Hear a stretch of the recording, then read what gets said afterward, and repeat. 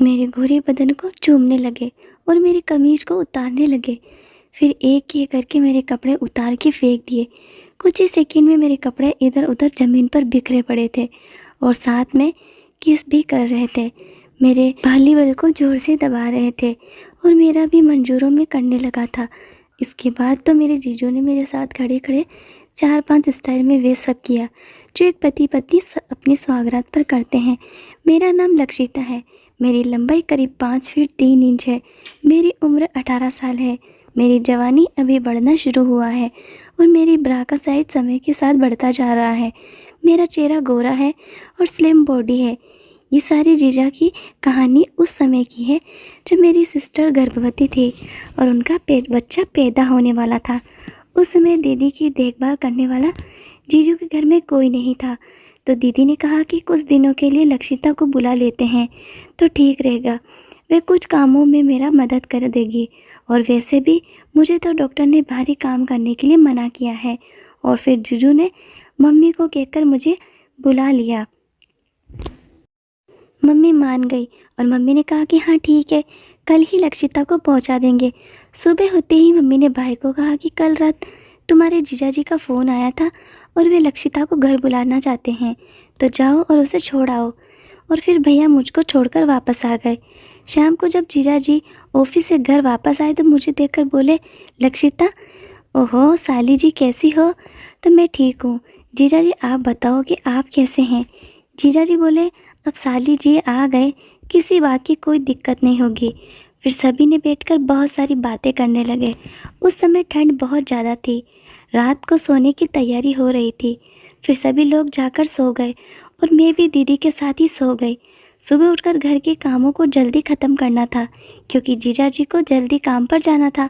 काम ख़त्म करके सब लोगों को नाश्ता दिया और जीजा जी ने भी नाश्ता करके काम पर चले गए।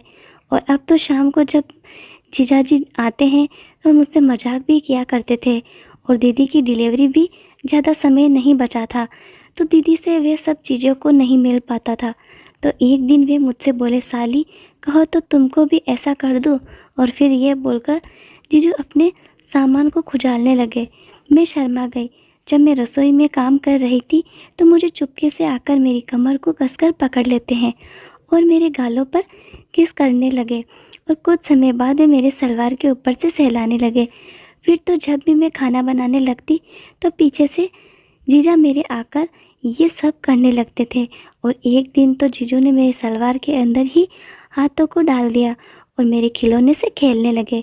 फिर मैंने कहा छोड़ो, दीदी आ जाएगी, तो उन्होंने कहा बस तुम खाना बनाती रहो, तुम्हारी दीदी यहाँ पर नहीं आएगी। दीदी के घर में उनके सास ससुर और देवर भी रहते थे। दीदी की सास ससुर का कमरा नीचे फर्स्ट फ्लोर पर था, तो वे लोग ज़्यादातर नीचे ही रहते थे क्योंकि उनके पैरों में दर्द होता था, इसीलिए वे लोग ऊपर नहीं आते थे। लेकिन दीदी के देवर हमसे बातें करने लगते थे। दीदी के ही घर में एक और लड़का भी रहता था, उसके साथ उसके दोस्त लोग आते रहते थे, तो वे लोग भी मुझे घूरते रहते, लेकिन मैं उन लोगों को भाव नहीं देती और ये सब दीदी को बिल्कुल पसंद नहीं था। दीदी कहती, आजकल के लड़के सिर्फ उसी चीज़ के भूखे होते हैं, सभी मज़ा लेना चाहते थे और उसमें भी अगर कुंवारी लड़की मिल जाए तो सोने पर सुहागा हो जाता है। क्योंकि ये बात तो दीदी को अच्छे से पता था कि लक्षिता को कोई पा लिया तो बिना छोड़ेगा नहीं। अगली रात हम सोए हुए थे कि दीदी के पेट में अचानक 12 बजे दर्द होना शुरू हो गया। दीदी को अब दर्द सहन नहीं हो रहा था, तो जीजू ने तुरंत ही पास के सरकारी अस्पताल में भर्ती करा दिया।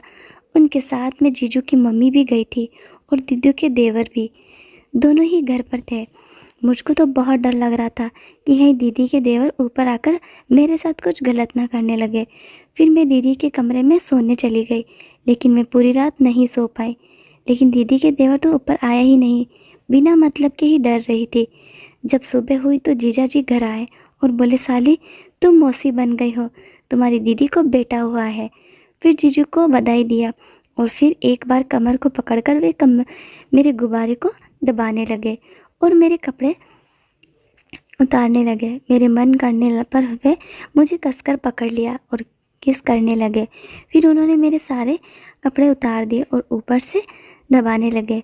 फिर मैं इधर उधर छटपटाने लगी। जब जीजू से छुड़ाने की बोली तो वे बोले कि साली आज मेरा बहुत मन है, तुमको करना चाहता हूँ। बीते 7 महीने से मुझे ये सब करने को नहीं मिला। तुम्हारी दीदी तो मुझे हाथ भी नहीं लगाने दिया, तो तुम आज मना मत करना। मैं अपने आप को छुड़ाते हुए कहा कि ये सब अगर दीदी को पता चल गया, और मैं बाथरूम में चली गई। जीजू बाथरूम के पास आकर हंस रहे थे। तभी दीदी का फ़ोन आया और वे बोली डॉक्टर ने कुछ दवाई बाहर की मंगवाई है, तो आते समय लेकर आना। जीजू ने कहा साली जल्दी खाना बना, तुम्हारी दीदी के लिए भी खाना लेकर जाना है। खाना बनाकर जीजा जी को दे दिया और वे खाना खाकर दीदी के लिए लेकर दीदी के पास चले गए। फिर मैं भी कमरे में जाकर सो गई। शाम को जब जीजा जी घर आए तो जीजू ने कहा तुम्हारी दीदी को अभी 3 दिन तक अस्पताल में भर्ती रहना पड़ेगा। अभी उनको बहुत कमज़ोरी महसूस होती है, इसीलिए उनकी कभी छुट्टी अभी नहीं होगी। फिर जीजू बोले साली 1 कप चाय मिलेगी क्या? तो मैं चाय बनाई और साली जीजा एक साथ बैठकर चाय पीने लगे। फिर जीजू बोले साली जी क्या आपको पता है कल आपकी दीदी का सालगिरह है, कल 2 साल हो जाएंगे हमारी शादी को। जीजा जी कुछ मायूस थे तो लक्षिता बोली कोई बात नहीं, कल मैं भी दीदी से मिलने चलूँगी। सुबह दीदी से मिलने में भी जीजा जी के साथ गई तो मुझे देखकर दीदी बहुत खुश थी। तो जीजा जी दीदी का हाथ पकड़कर बोले जाने मन क्या आपको पता है कि आज हमारी शादी की सालगिरह है? तो दीदी बोली हाँ मुझे याद है। जीजा जी कहते हुए दीदी के माथे पर किस करने लगे, कहने लगे कि आज अगर तुम घर पर होती तो हमारे घर में कितनी खुशी होती, और एक साथ 2-2 खुशी आई हैं हमारे घर में। तो दीदी ने कहा तो क्या हुआ, मैं नहीं हूँ घर पर तो क्या हुआ, आधी घरवाली तो है ना, कोई बात नहीं, हाँ खुशियाँ बाद में मना लेंगे। अपने बच्चे को जीजाजी गोद में उठाकर खिलाने लगे और फिर मेरी तरफ मुड़कर बोले देखो साली तुम्हारी दीदी ने मुझे कितना बड़ा गिफ्ट दिया है। साली आज तुम मुझे क्या गिफ्ट दोगी? और मुझे देखकर हंसने लगे और मैं उनको इशारों को समझ गई थी कि वे मेरी लेने की बात कर रहे थे। शाम को हम दोनों घर आ गए और मैं खाना बनाने लगी।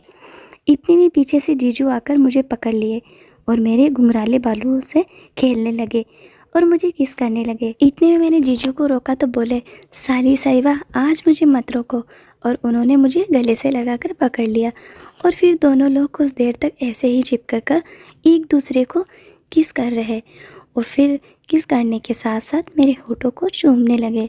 करीब 5 मिनट के बाद मुझे वे छोड़ दिए। जीजा जी बोले तुम्हारी दीदी नहीं है तो क्या हुआ, मेरी साली तो है, आज हम आपके साथ ये सालगिरह को यादगार बनाएंगे, चलो अब तैयार हो जाओ। मैं मुस्कुराने लगी। फिर मैं खाना बनाने चली गई और जल्दी जल्दी खाना बनाकर हम दोनों लोग खाए और दीदी के लिए टिफ़िन में डालकर जीजा जी के साथ भेज दिया। वे खाना देने चले गए क्योंकि दीदी और उनकी सास के लिए खाना घर से ही जाता था। जब जीजू घर वापस आए तो उनके साथ और भी कोई आया। वे कमरा सजाने का काम करता था। मैं समझ गई जीजा जी मेरे साथ कुछ अलग ही करना चाहते हैं। वे आदमी घर को सजाने के लिए चला गया। उस दिन घर पर हम दोनों के अलावा कोई भी नहीं था। जीजू के भाई और उनकी मम्मी दीदी के साथ ही थे। अब जीजा जी बोले जल्दी से तुम तैयार हो जाओ। उन्होंने दीदी के सारे सामान मुझे दे दिए और मैं भी देर न करते हुए जल्दी जल्दी तैयार हो गई।